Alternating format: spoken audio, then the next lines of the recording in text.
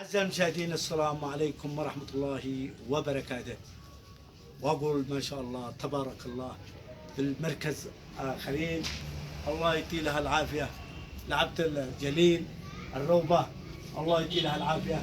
هذا القريح الذي بنقرح للجو. وانتم عرفتوا يوم المنتخب كم ساروا من أوادم أكثر من 12 أو 13 الذي ساروا من النوادر. ايش معنا من هذا التقق وناس الكومان قبال عليش. وهذا عين نعمة الله، أعظم من الرصاص وأعظم من الكل. المحلى ما أحلى قريح من كل الأنواع، من كل الأنواع، المضيئة في الليل، المضيئة في النهار. ايش الحلا فيه؟ هذا عين أحسن من الكاع، بكم الكاع بابو قوقو على ايش؟ من قبل ما متكومن، قبل ما مرته، قبل ما متكومن، قبل اخته، ما متكومن قبل الناس. على ايش؟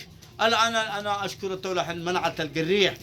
الان معنا قريح وسمحت الدوله، بارك الله فيها بهذا عين. وهذا لا يضر، لا يضر الا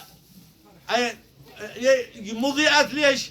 في الليل شي مضيئات، في النهار نعمة وصوت حالي، ويزعل واحد وآمن، وصح واحد وولده وابنه آمن. وهذا على ايش؟ تفرح البنيات. ايش هذا؟ يا رجال القريح حق تعس كذا، تعس. ايش الادم ما احلى القريح حق دمار مثلنا.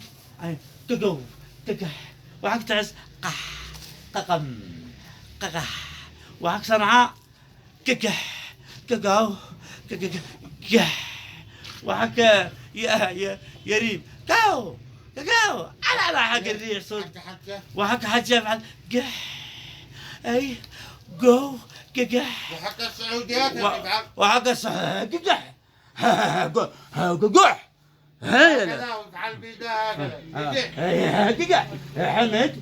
يا رجال حبيبي، يا رجال معانا قريح عند عبد الله جليل الله يحفظه روبه، هو المركز الرئيسي في دمار. نشتري منه وعنا ما بنشتري الا منه، مضمون. قريح هذا مضمون.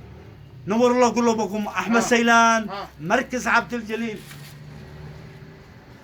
احمد سيلان الله يدي لكم مركز عبد الجليل روبه، الله يدي له العافيه، هو المورد الرئيسي مركز الخليل. باي باي. حياتي كذا باي باي.